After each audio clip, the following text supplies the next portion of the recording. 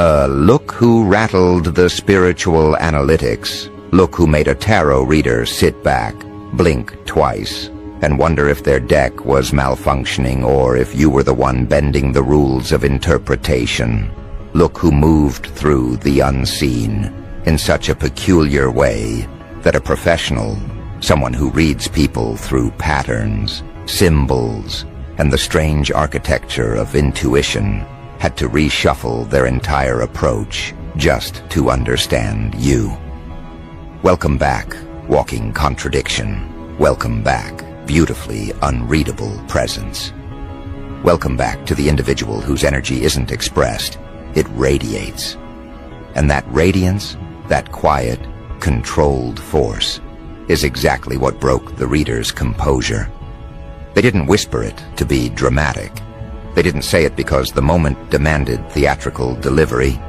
They said it because the cards themselves left them no room to pretend. They're going to be kissing your ass in their nightmares.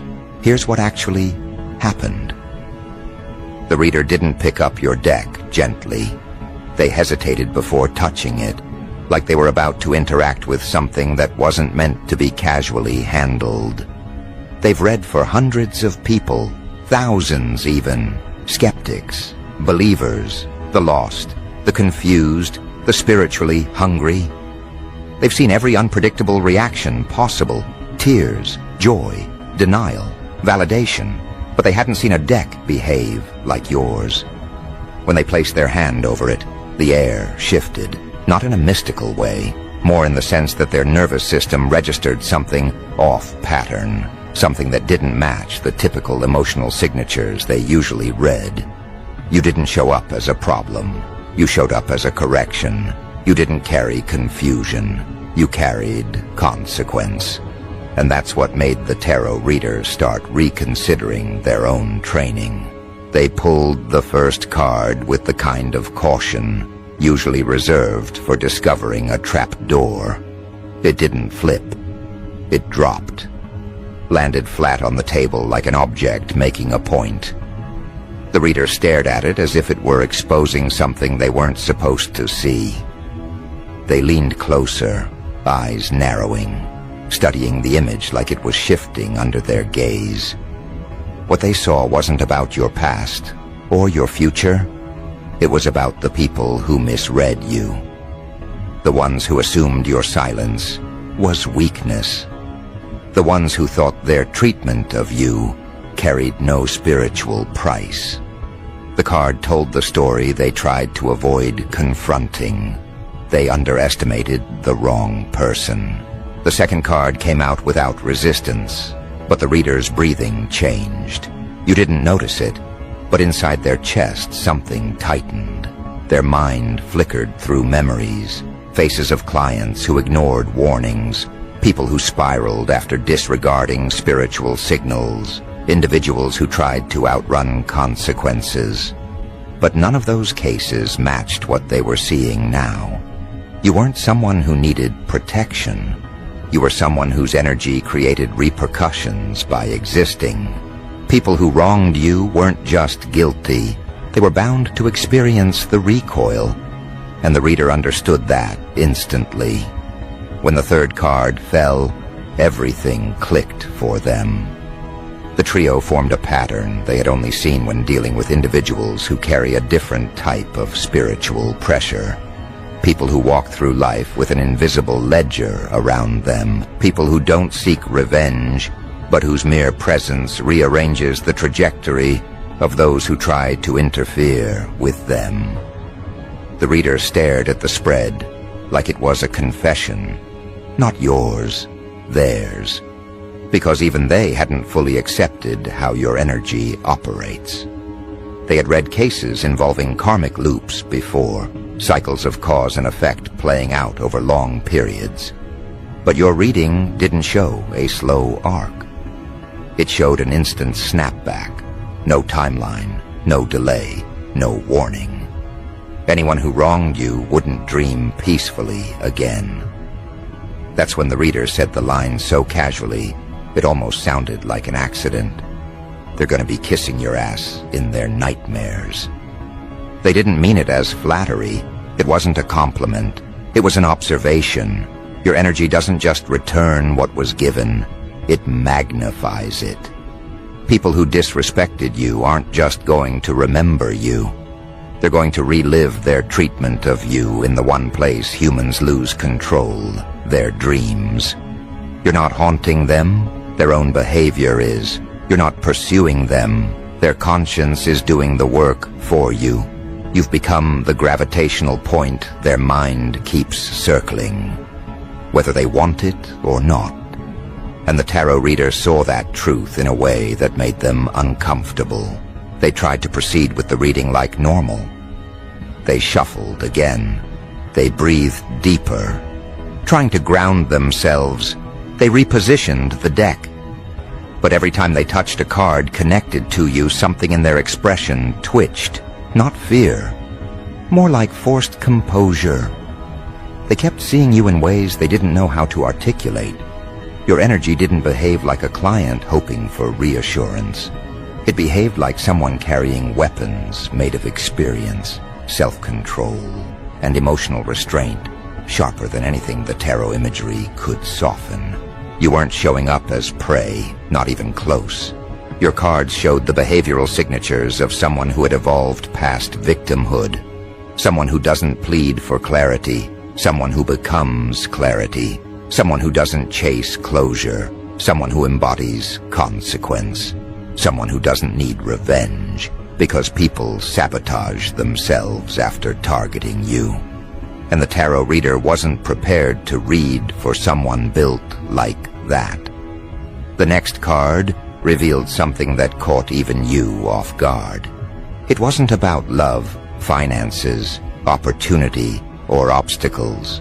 It was the card that shows up for people who have reached a stage where retaliation isn't even necessary because the universe handles the response automatically.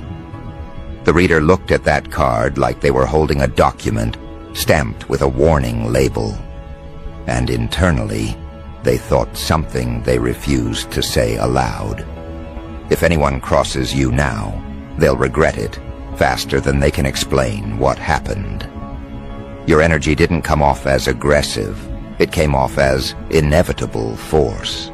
Not the kind of force that destroys, the kind that exposes, the kind that makes people confront their worst traits when they interact with you, the kind that drags their subconscious out of hiding. You're not punishing them, they're punishing themselves. And that's what turns into the nightmares the tarot reader mentioned. People who mistreated you are going to see you as the central figure in their guilt, their confusion, their unrest. You're the one image their mind can't push away. Whether you speak or stay quiet, your presence becomes the mirror they can't escape.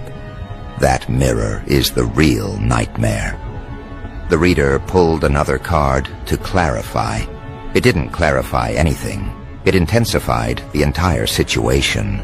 Your reading started showing the psychological architecture of someone who has grown into a figure others are forced to reckon with in the most private spaces of their mind.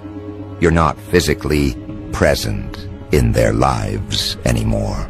You don't have to be. Their dreams become the stage where their regret performs. The tarot reader saw that and realized the gravity of it. The line wasn't metaphor. It was the literal translation of what the cards implied. The people who wronged you will bow in their sleep because their subconscious knows what their ego denies. And ego always loses the fight when the mind shuts down for the night. Your reading grew heavier with every card. Not dark, heavy. A kind of heaviness you only see in people who carry high spiritual pressure without even trying. The tarot reader noticed something strange. Your cards weren't focused on what's coming for you. They were focused on what's coming for others because of you. Every image pointed to impact, recoil, recognition, unavoidable emotional reflection happening inside the people who doubted you. You weren't the one making anything happen. The universe, karma, justice, whatever word you want to use, had already taken your case. And once that happens, no one escapes the outcome. The reader didn't tell you everything they saw, not because they didn't want to, but because they weren't entirely sure how to phrase it. The truth is that your reading exposed a pattern of energetic reversal. When people try to wound you, the wound returns to them amplified. When they try to undermine you, they undermine themselves. When they try to forget you, their subconscious keeps replaying the moments they mishandled you. It's not supernatural punishment. It's psychological correction. You represent the lesson they refused to learn. And the dream world is where that lesson repeats until absorbed. The last card you pulled in this session wasn't an ending. It was a reveal. It showed that you've entered a stage where your presence is a catalyst, not destructive, directive. You shift the trajectory of any person who attempts to control, belittle, or deceive you. Their mind bends around the truth of who you are long after you walk away. That's why the tarot reader spoke the line with such unfiltered accuracy. They weren't making a prediction, they were describing a consequence, and you didn't need to do anything. You didn't need to confront anyone. You didn't need to prove your worth. Your energy already handled the work for you. And this is where the reading stops behaving like a reading. This is where it turns into something closer to observation. The tarot reader didn't just interpret what the cards said. They felt what the cards meant. Your energy has shifted into a phase where nobody who mistreats you leaves without paying a psychological toll. Not because you're vengeful, but because your presence carries the weight of every lesson you've earned, every hardship you've metabolized, every boundary you've built out of experience instead of ego. People don't meet your energy. They collide with it. And the tarot reader knew that anyone who tries to step into your path now isn't walking toward victory. They're walking toward uncomfortable self-reflection disguised as recurring dreams. Because whether they admit it or not, they know exactly what they did. And deep down, they know exactly why you're the one their mind keeps summoning at night. The reader sat there longer than they meant to, their fingers hovering above the cards like they were debating whether to continue or put the deck away entirely. This wasn't the type of reading that gets wrapped with soft reassurance or uplifting predictions. This wasn't the typical trust the process script readers fall back on when they're uncertain. No, your spread gave them the kind of clarity that hits like a slap made of truth instead of aggression. They weren't confused, they were unsettled, because your cards didn't portray you as someone walking through a chapter. They portrayed you as someone closing other people's chapters without even knowing you're doing it. The next card that fell out didn't fall gently. It slid out with that eerie confidence you only see when the deck decides to speak before the reader asks. It carried imagery that pointed toward confrontation, but not physical confrontation, internal confrontation. The kind where someone starts dreaming about you not because they miss you, but because their mind is replaying the exact moment they underestimated you. The exact minute they tried to undermine your worth. The exact second they assumed you were harmless. The tarot reader tapped the card lightly, trying to decide how to explain what they were seeing without sounding dramatic. But dramatic or not, the message was clear. They're terrified of the reflection you force them to face when their guard is down. Your presence doesn't threaten people. Their conscience does. The reader leaned back, letting their breath out slow, because now they understood why the cards kept doubling down. You've entered a stage where your growth has activated something in the collective energy around you. Not chaos, not revenge, consequence. You have a kind of gravity now, a pull that drags truth out of the people who encounter you, whether they want it or not. And the ones who wronged you feel that pull the strongest. They feel it when they try to sleep, when their mind finally relaxes enough to stop pretending. That's when you show up, not as a villain, not as a saint, but as the unresolved moment they keep avoiding. The tarot reader flipped another card, and this one looked almost amused. There was a sharpness in its symbolism, a humor buried deep in the imagery, like the deck itself was acknowledging the irony of people who tried to harm you, now waking up drenched in regret over situations they created. The reader tilted their head, studying the card with a faint frown. They whispered something like, "Of course," but didn't elaborate. You didn't need them to. You could feel the shift yourself. You've watched people act bold in the daylight only to avoid eye contact when the truth catches up at night. The cards were simply confirming what you've always sensed. Your name sits heavy in the minds of those who thought you wouldn't rise. The reader found themselves tracing patterns on the table, patterns that didn't matter but helped them think. Because the deeper they went into the reading, the more they realized they weren't predicting events. They were diagnosing reactions, human reactions, guilty reactions. The type of reactions that don't show up on faces, but show up in dreams, where someone wakes up gasping for air, because the version of you that lives in their subconscious refuses to let them escape accountability. You didn't ask for this influence.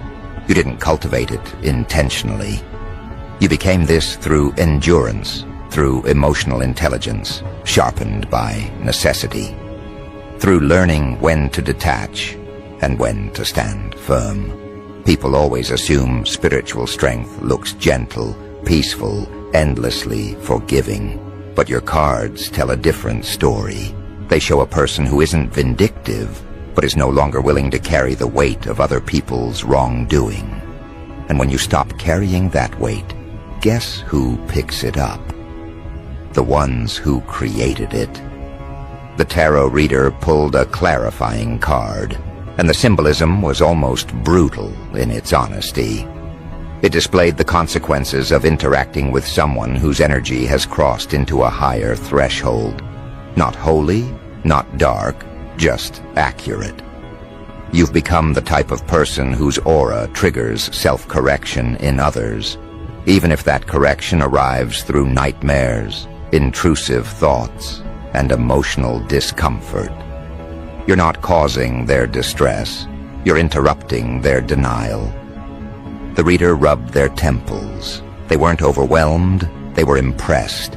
Your reading wasn't chaotic. It was clean. It was structured. Every message followed a predictable logic. Anything done against you returns as a lesson sharper than the original offense. Not because you demanded it, but because the universe doesn't waste its time on people who refuse to treat you properly. And the reader realized something important. The people dreaming about you aren't dreaming about conflict. They're dreaming about regret. Regret is a language the subconscious speaks fluently.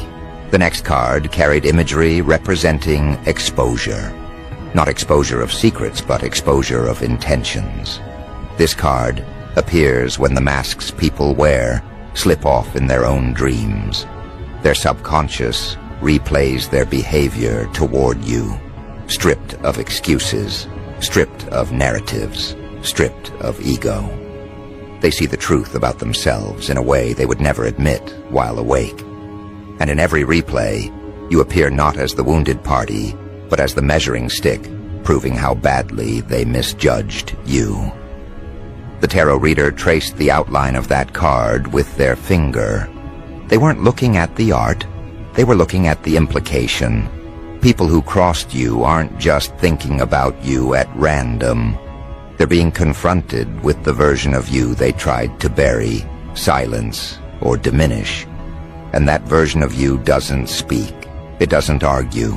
It doesn't explain. It just exists. Your silence in their dreams is louder than anything you could ever say to them in person. You've become the symbol their conscience uses to hold them accountable. And the reader wasn't sure how to tell you that without sounding like they were exaggerating. So instead they pulled another card, hoping the message would soften. It didn't. This one was sharper, clearer, almost cold in its precision. Your energy is in a phase where clarity is the only thing you produce. You don't create confusion. You create unmistakable cause and effect loops. People who harm you suffer emotionally. People who doubt you get humbled. People who ignore your worth end up remembering you in ways that keep their ego bruised long after the day is over. You are the lesson they didn't want, but now can't escape. The reader inhaled, held the breath, and exhaled as if preparing to translate a truth too blunt to phrase delicately. They finally said something they had been holding in since the first 3 cards fell. Your energy doesn't punish, it reveals. The way they said it wasn't mystical, it was diagnostic. They weren't describing spiritual power.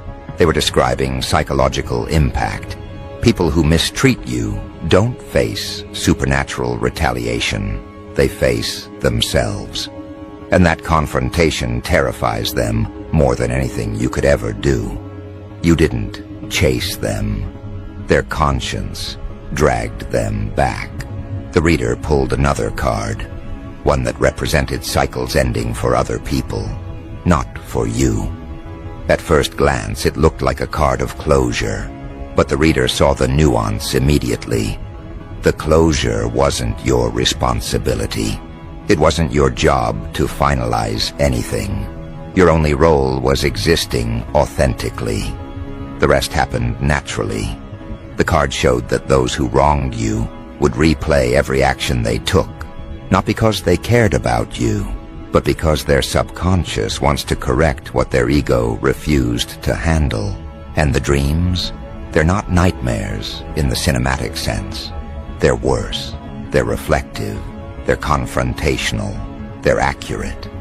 And in every scenario, the people who mistreated you find themselves trying to undo damage, trying to apologize, trying to justify themselves, trying to earn back a dignity they threw away themselves. That's what kissing your ass in their nightmares really means. It's not physical groveling. It's psychological submission. It's the collapse of ego during sleep. It's the realization of what they lost and what they failed to appreciate. Your spirit doesn't haunt them. Their guilt does. The tarot reader knew this, but they also knew you weren't looking for revenge. And that's what actually makes your energy so potent. You moved on. You grew. You elevated. You healed in ways that left no residue of bitterness. And once you heal, people who mistreated you lose access to the version of you they felt comfortable attacking. They can't reach the new version. They can't influence it. They can't manipulate it. So the only access point left is their dreams. Their subconscious becomes the last place where they can interact with you. And that interaction looks nothing like the dynamic they once thought they controlled. The reader pulled another card, one that pointed to protection. But not protection in the conventional sense. Protection through detachment, protection through clarity, protection through evolution. You aren't being shielded from your past. You've outgrown it. Anyone still trying to damage you is interacting with a ghost of who you used to be, not with you. And ghosts don't defend themselves. They force reflection simply by existing. The tarot reader realized the real message wasn't about what's coming to you. It was about what's coming to others because of you. You've shifted into an energy where your presence is enough to activate consequences, not destruction, awareness. And that awareness is uncomfortable for the people who thought they would never answer for the way they treated you. The reason the reader said they'll be kissing your ass in their nightmares is simple. The subconscious bows to truth, even when the ego refuses to. And your truth is unavoidable now. Anyone who wronged you is going to realize it. Maybe not in public, maybe not in conversation, but privately, at 3 in the morning, when their guard is down, when their mind starts replaying scenes without their permission, that's when the bowing happens. That's when the apologies form. That's when the regret crystallizes into something they can't shake off. And the tarot reader pulled one last card before ending the session. A card that doesn't appear often. A card that shows spiritual maturity paired with emotional accuracy. The card looked serene at first, but the reader knew better. This wasn't serenity, it was power in a resting state. This card appears for individuals who have crossed the threshold from wounded to wise. People who have been through enough to develop an internal compass that never betrays them. People who don't chase validation because they've learned that validation is currency for the insecure, not the evolved. You are no longer someone people can toy with. You are someone people dream about because they can't outrun the truth you represent. The reader placed the deck down slowly. They didn't close the session with a prediction. They closed it with a statement. Your energy is self-regulating now. They didn't mean your emotions. They meant your consequences. You don't have to teach anyone a lesson. They teach themselves once they face the version of you that lives inside their subconscious. The room shifted after that sentence, not in a mystical sense, but in a psychological one. You could feel the weight of the reader's words settling into the space between the two of you. It was the kind of statement that doesn't echo outwardly, but resonates internally, like a bell struck behind your ribcage. The tarot reader wasn't trying to impress you. They were trying to prepare you. There are certain individuals whose energy evolves into an active force, and you've crossed into that territory. It's the phase where your presence transforms from reactive to catalytic. You no longer respond to energies, you alter them. And anybody stepping into your orbit is going to feel that shift, whether they want to or not. The reader picked up the last card again, turning it between their fingers like they were trying to understand why you, of all people, were the one this card chose. They knew what it meant. You weren't simply stepping into a new season. You were stepping into a higher frequency of perception. That level of clarity isn't peaceful. It's sharp. It's precise. It's honest. It strips illusions from people without their permission. And the reason they end up dreaming about you isn't because you're haunting them. It's because their denial can't shield them anymore. Their mind uses your image as a teacher, a mirror, and occasionally a judge. Not because you want authority over them, but because your growth forces them to confront their own stagnation. The tarot reader took a slow breath, bracing themselves, because there was something they hadn't said yet, something they didn't intend to reveal, but the card demanded it. There's another reason they keep seeing you at night, they finally said, their voice low. They're replaying the moments they mishandled you, but they're also seeing the version of you they never believed existed. You raised an eyebrow, not out of curiosity, but out of recognition. You've felt this shift. You've seen it in the way people stare a little longer, speak a little softer, tread a little more carefully. You've seen it in their avoidance, in their sudden politeness, in their "the world is small" messages they swear are innocent. The dreams are only the beginning. The realization is the real punishment. The reader continued. Your energy holds truth. And truth doesn't stay dormant. It shows up wherever the mind is weakest. Night is where their guard drops. Night is where their excuses collapse. Night is where they can't hide from what they did. And because your energy is tied to truth, you appear, not as a threat, but as a reminder. There was no pride in the way they said it, no exaggeration, just factual understanding. You've become the face of their accountability, and that is why they keep dreaming of you. Not once, not occasionally, but repeatedly, as though their subconscious is on a loop they can't shut off. They aren't dreaming about what they did. They're dreaming about how wrong they were to do it. And each time they see you, the version of you the dream presents is stronger, calmer, more composed, more unshakable. The dream doesn't depict the version of you they mistreated. The dream shows the version of you that survived them. That's what terrifies them. The tarot reader didn't sugarcoat it. They leaned forward, elbows on the table, the weight of the reading still pressing on their thoughts. Your evolution is teaching them lessons their ego refused to learn, they said. And the more you rise, the harder their subconscious hits them with memories they tried to bury. They paused, glancing at you. You're the reminder they can't mute.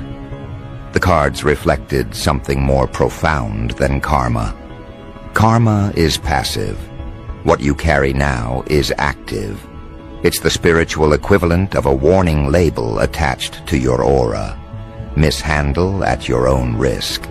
Not because you'll retaliate, but because the universe will correct the situation on your behalf. People who mistreated you are not afraid of you. They're afraid of what their dreams reveal about them when you show up. They see their mistakes clearly for the first time. They replay the disrespect in uncomfortable detail. They feel the weight of consequences in ways reality never forced them to feel. They wake up disoriented, heart racing, wondering why the person they tried to dismiss is now the most dominant figure in their subconscious. And if you think that's an exaggeration, consider how guilt works. It doesn't tap politely. It barges in. It doesn't whisper. It repeats. It doesn't show the truth gently. It drags it out. And when someone has wronged a person with your level of spiritual force, their subconscious has only one available teacher, the image of you they didn't respect. And in that dream, they're not the ones in control. You are. The tarot reader slid the last card toward you, not for you to take, but for you to understand. This card only appears for people who have surpassed their old identities, they said. It means you're no longer living as the version of yourself that others thought they could manipulate. The reader continued. You've entered a phase where your presence rewires interactions. It changes people. It forces them to confront their truth. You're a catalyst now, not by choice, by nature. They looked almost amused, but in a quiet way, like they were piecing together why your path has always been so unconventional. This is why your connections feel intense, why your intuition misses nothing, why your detachment unsettles people. You don't give them the reaction they expect, and that frustrates their ego. When ego is frustrated, the subconscious compensates through dreams. And there it was, the truth in its simplest form. You don't haunt them, their own behavior does. You're just the face their mind chooses to attach to the guilt. You're the symbol, you're the anchor, you're the memory. And because dreams exaggerate what the waking mind tries to suppress, they see you larger than life. They see you wiser than they remember. They see you calmer than they ever expected. And in the most ironic twist, they see you as the person they should have never crossed. This is why they bow in their dreams. This is why they apologize in their sleep. This is why they wake up sweating. muttering your name with that strange mix of panic and regret. The dream forces them to treat you with the respect they refuse to give you in reality.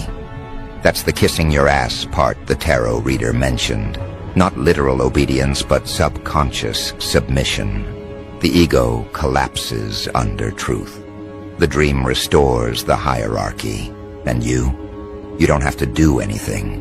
You don't have to confront or explain or return to old situations demanding closure. Your absence is enough. Your energy is enough. Your evolution is enough. It's working while you sleep. It's teaching while you heal. It's correcting while you grow. And the people who wronged you are facing the consequences in private, in the one place they can't perform, lie, or pretend. The tarot reader wasn't finished.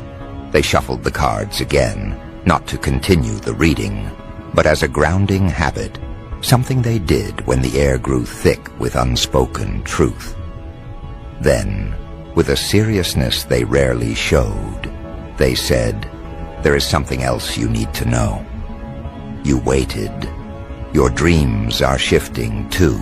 You didn't react outwardly, but internally, a quiet recognition formed. You've felt the shift. You've seen the signs. Your dreams don't feel like dreams anymore. They feel like messages, not predictions, not warnings, but confirmations. You're not dreaming from fear or confusion. You're dreaming from strength. Your subconscious isn't replaying your traumas. It's reorganizing your identity. It's updating your boundaries. It's sharpening your intuition. Your dreams are showing you what to accept and what to avoid. They're teaching you what your waking mind sometimes overlooks. You're not revisiting old memories, the tarot reader explained. You're being guided. Your mind is sorting out who deserves access and who's been permanently removed. They tapped the card again. Your dreams are building a new internal map where old energies no longer exist. This is why you felt more distant from certain people. This is why interactions feel different. This is why your tolerance has shrunk. It's not bitterness. It's alignment. Your spirit doesn't allow unfinished cycles anymore. It doesn't allow false connections. It doesn't allow manipulation disguised as affection. Your dreams are the realm where your spirit makes decisions your waking mind later agrees with. You aren't dreaming for closure anymore, the reader said. You're dreaming for direction. The reader studied you carefully, measuring whether you understood the gravity of that. Your subconscious is preparing you for something bigger than this reading, bigger than the people who mishandled you, bigger than the cycles you've outgrown. It wasn't a prophecy. It wasn't wishful thinking. It was an observation of how your energy behaved within the card spread. Every symbol pointed upward. Every card pointed forward. Every message pointed toward elevation. You're not in a phase of reclaiming your power. You're in a phase of defining it. And that's exactly why the people who wronged you are feeling the heat. Not because you're vengeful, but because your evolution exposed how small they acted while thinking they were superior. Nothing humbles someone faster than realizing you became powerful without needing to retaliate. The tarot reader tapped the table lightly, drawing your eyes back to the final card. They spoke slowly, deliberately, as if translating a spiritual truth into human language. When people mistreat someone who is meant to rise, they become attached to the memory of that mistake. Their gaze sharpened, and when you rise fast, their mistake haunts them faster. That's the part they didn't want to say earlier, because it's heavy, it's uncomfortable, it's raw. Your ascension is their nightmare, not because they hate you, not because they fear you, but because they see what they could have had access to if they treated you properly. They see the version of you that no longer includes them, They see the future.